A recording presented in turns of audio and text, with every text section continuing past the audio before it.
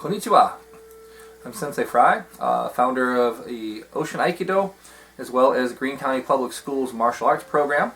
One of very few martial arts programs at the high school and middle school level. At the public school level, if I'm wrong, contact me. I only found like one or two of y'all out there, and only one of y'all returned your emails. Since the entire state seems to be under house arrest, quarantine because of the coronavirus, we're unable to meet every Tuesday night like we normally do, so I thought I'd make a series of videos and put them out there. These are primarily for our students, something to just keep your brain going, and that's about it. So, tonight we're going to be covering Aikido and kanji.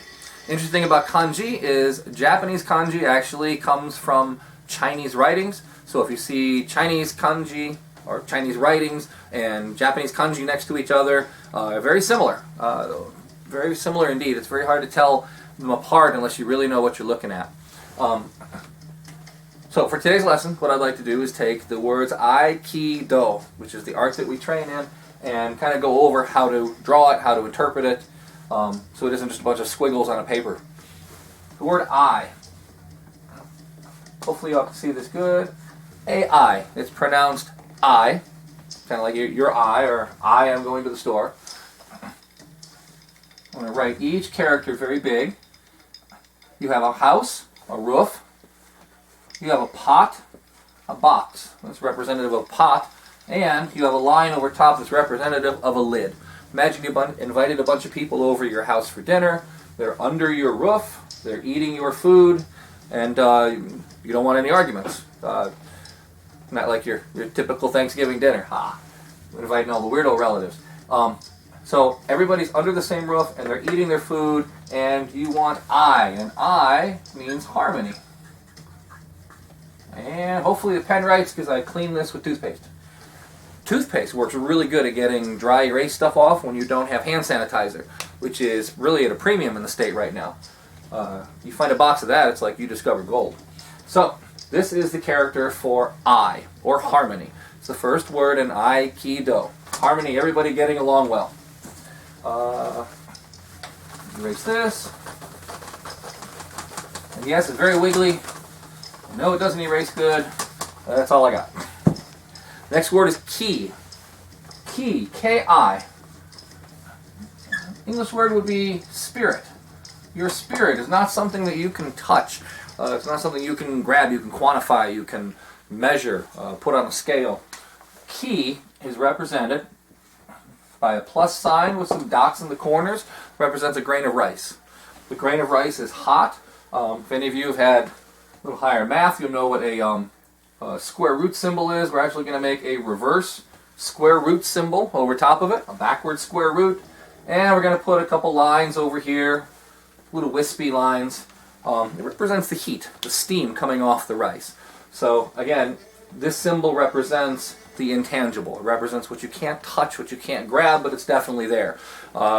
Stick your hand over some hot rice that just came out of the pot or the microwave, and you'll know that steam is real, but you can't put it in your pocket and save it for later. So ki is our spirit. I, ki. So I is harmony, ki is spirit. Incidentally, if you switch those, you have ki-I, which is a spirited yell.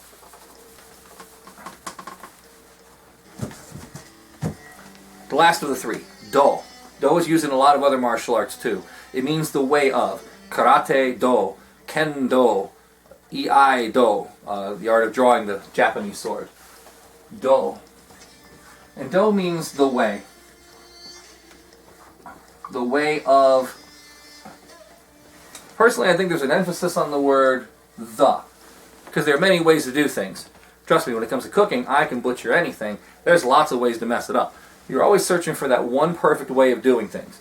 Like making the macaroni and cheese, that 9 to 10 minute range on the noodles. Never mind, I'm getting off topic. Do. Head of a person, body of a person, a journey that they want to go on. You have a person that wants to go on a journey. Just like you when you step foot inside the dojo.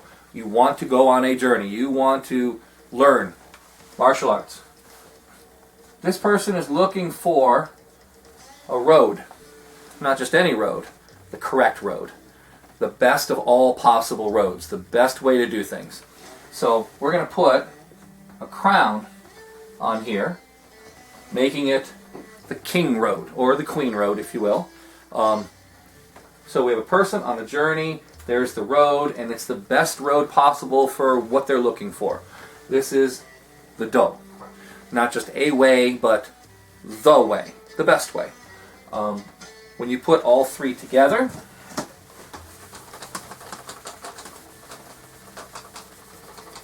get that off really quick. Not Corona. Not Corona, just saying. Just a little drink. Alright, let's put these together. So you have I, Ki, Do.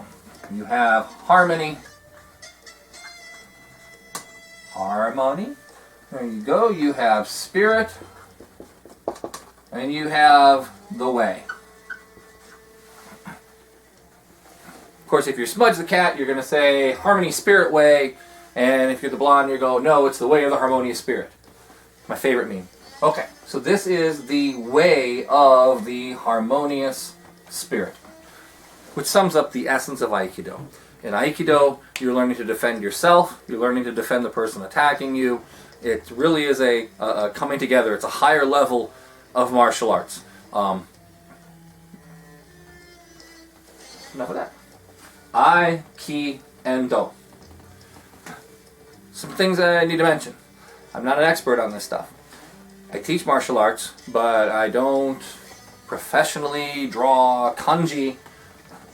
I know that there is a specific order for the strokes. So if you were to take a Japanese class, a Japanese kanji class, any other videos on YouTube, I'm sure there's tons of those, they would tell you which stroke happens first. There's a box. There's 4 strokes that have to happen. One of them happens before the others, and there's a specific order. I don't know this. I just know that there is a box and that there is a lid. Also, worth noting is when you first start in the dojo, you start taking baby steps. You start to learn things like in blocks. Just like when you write words, you write in block letters before you learn how to scroll and how to write more fancy. The same thing applies with kanji.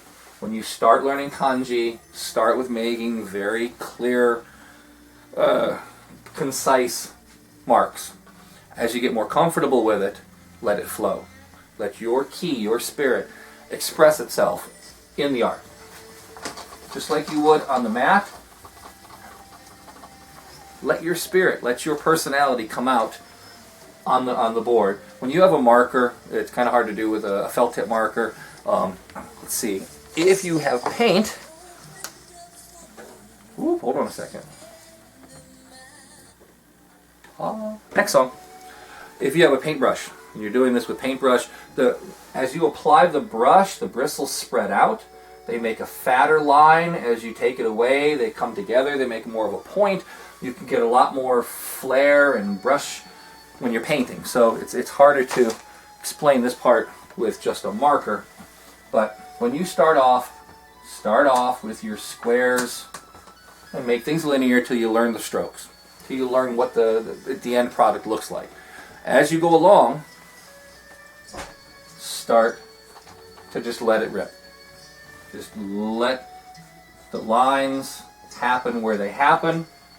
This customizes it for you. It's kind of like your customized signature.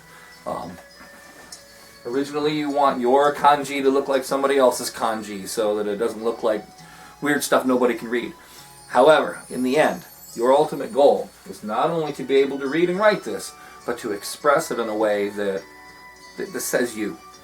That when you take your kanji and put it next to somebody else's, you can tell it's similar, but you can definitely tell, oh yeah, they're the one that, I know who did this, because their personality shines through. Well, that's all I have for this lesson. If you have any ideas for topics, shoot me an email. I was thinking maybe of going over some Japanese swords and different type weapons. Not necessarily stuff you would use in an Aikido dojo, but we are a martial arts club, and anything's on the board. Alright, until next time, sayonara.